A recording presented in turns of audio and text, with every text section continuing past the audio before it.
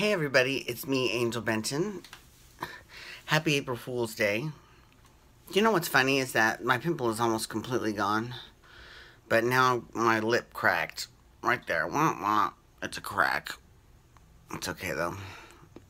That'll heal faster than that pimple did. That pimple took a while. I had a huge April Fool's Day prank planned where I was gonna say, it's breaking news. Justin Hartley it's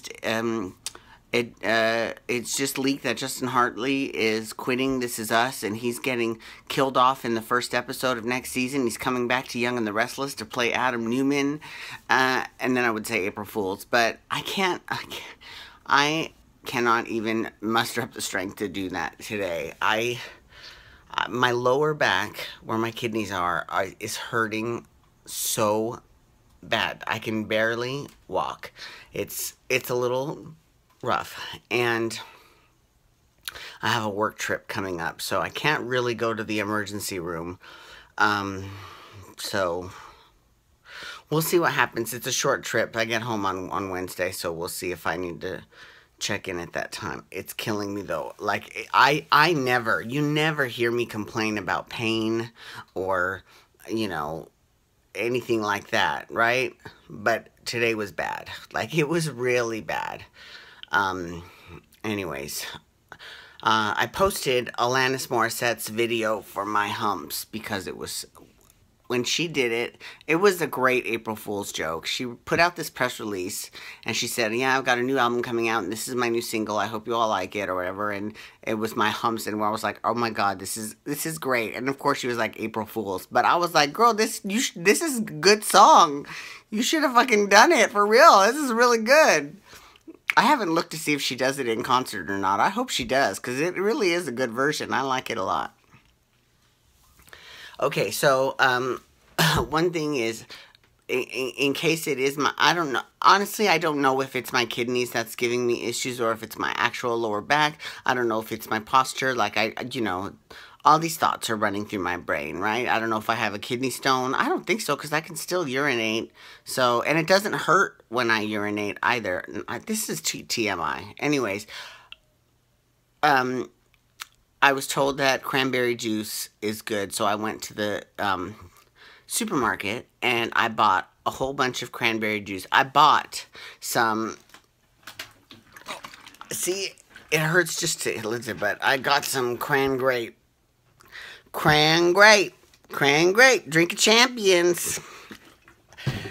There's this comedian. Back in the early days of YouTube, there's this comedian. Her name is Sarah Hyland, which is funny because when Modern Family came out, I was like, oh my God, that's Sarah Hyland. I know that girl. She was funny on YouTube. She's La Sarah, because she has this character named La Sarah, and it totally wasn't her. It's totally a completely different Sarah Hyland, which I feel kind of bad because now that Sarah Hyland on Modern Family is so fierce and is so famous, it makes it kind of difficult for Sarah Hyland, the comedian on YouTube, to break through. So that kind of sucks. But she's really funny. If you can look up her video, La Sarah, it is hysterical. So her big thing is cran grape. She loves cran grape.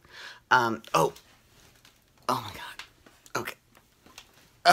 Okay, so I also got some cran pineapple. And you know what would be really good with this cran pineapple? Some rum. That would be delicious. Oh, okay, let's see if I can sit here. All right. Okay, so let's talk about Young and the Restless. All right.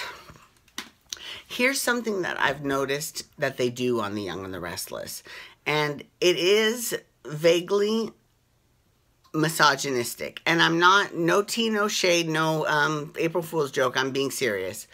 Okay, so whenever they have a new actor on the show, they always pair him with as many actresses as possible to see about how much chemistry he has and who he's got chemistry with. They did that with Ravi. They paired him with Ashley, Phyllis, Abby, and Mariah, right? And he actually had great chemistry with all four. He was brilliant, right? They're doing it again with Scott, with Abby, Victoria, and Sharon. And they did it with Dylan when Dylan first came on with Avery, Chelsea and Sharon. So, you know, and that's all fine. I mean, I understand how soaps work, and I get that they want to please their fans, and so I understand why they do that.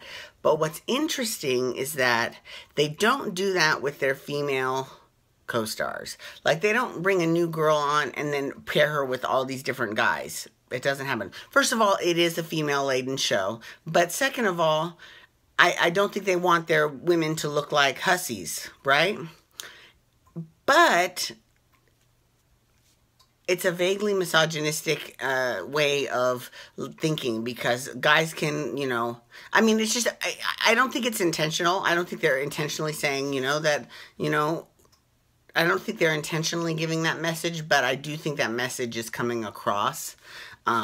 So I just think they need to be a little bit more careful. And what's funny is that Erika Jayne, who is, I mean, well, actually, she's Erica Girardi on the show, but Erika Jayne, her pop alter ego, is very in your face about her sexuality, and, you know, and she's on Young and the Restless, so it's very interesting. That is interesting.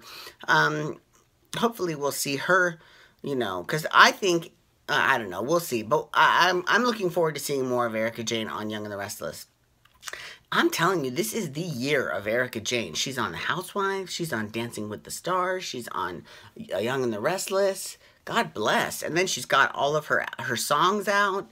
She is, and you know what I give her credit for? Working. She better work.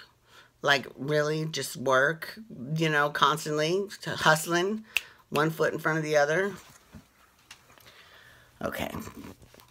Okay, so in terms of storyline this week, we had, it was, how do I put this? Well, okay, I'll tell you what, who I really enjoy is Juliet. I like Juliet. I don't know if she actually speaks Japanese or not, because it was kind of hard to tell in the show. I know Kane does not, because his pronunciation of a lot of things was really off. It was like way off.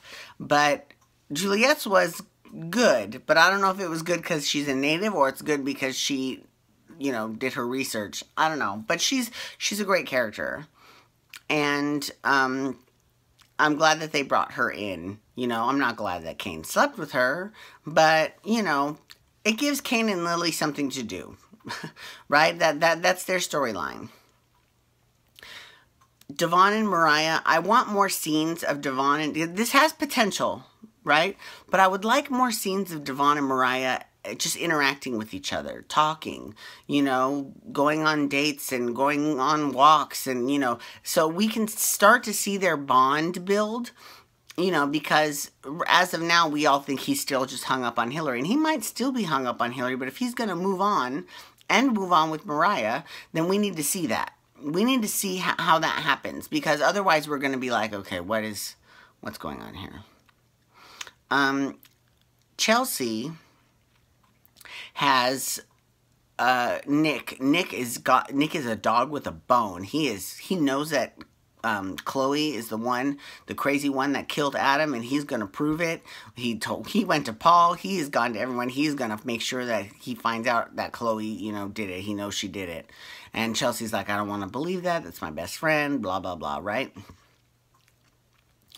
I mean, it's a decent storyline, but it's just random. It just randomly came out of left field. Like, it just doesn't feel natural why they're finding out now. You know, I would have sat on it for a little while longer. You know, I would have, you know, because it just happened not that long ago. So, you know, but that's just how I would have done it. Okay, and finally we got Reed. And, oh my God. And Reed is doing his show, his guitar open mic show at the Underground. And he's got a new guitar teacher named Tessa, who is pretty fucking fierce. And he totally has a crush on her. And it'll be a cute story. But of course, she'll be working some angle. I wish that just for once, now don't get me wrong. I get that Storm und Drang has to keep the show's going. I get that. But at the same time, it would be nice to have someone that didn't have an ulterior motive just one time. That would be great. Because, like, Juliet slept with Kane. Tessa has some sort of ulterior motive for, grifting the Newmans. You know, when Chelsea came to town, she was grifting Billy. I mean, it's a little old. It's a little old and tired. It would be nice to have someone nice come to town once. When Hillary came to town, she was avenging her mother. I mean, when Mariah came to town, she was pissed off at her mother. I mean, the whole thing, I could go on, right? It just seems like every time, and that is another thing too, is whenever a woman comes to town, she doesn't sleep with a lot of guys, but she's not always, but almost always some sort of, vixen, or troublemaker. She's always some sort of troublemaker. And, I just would like to see a lot more fair treatment of the sexes on this particular show. But it's still a great show. I love me some Young and the Restless. Don't get me wrong. So anyways, thank you so much for logging on today. I do appreciate it. You can follow me on Twitter and Instagram at Angel Benton. You can also hashtag days to talk days. Oh, well, you can hashtag days to talk days. I talked about days yesterday. You can also hashtag YR to talk Young and the Restless. And you can hashtag GH to talk General Hospital, because that's what I'm doing tomorrow. Thanks, everyone. Have a great night. I will see you all tomorrow. Peace out. Wubba, wubba, wubba.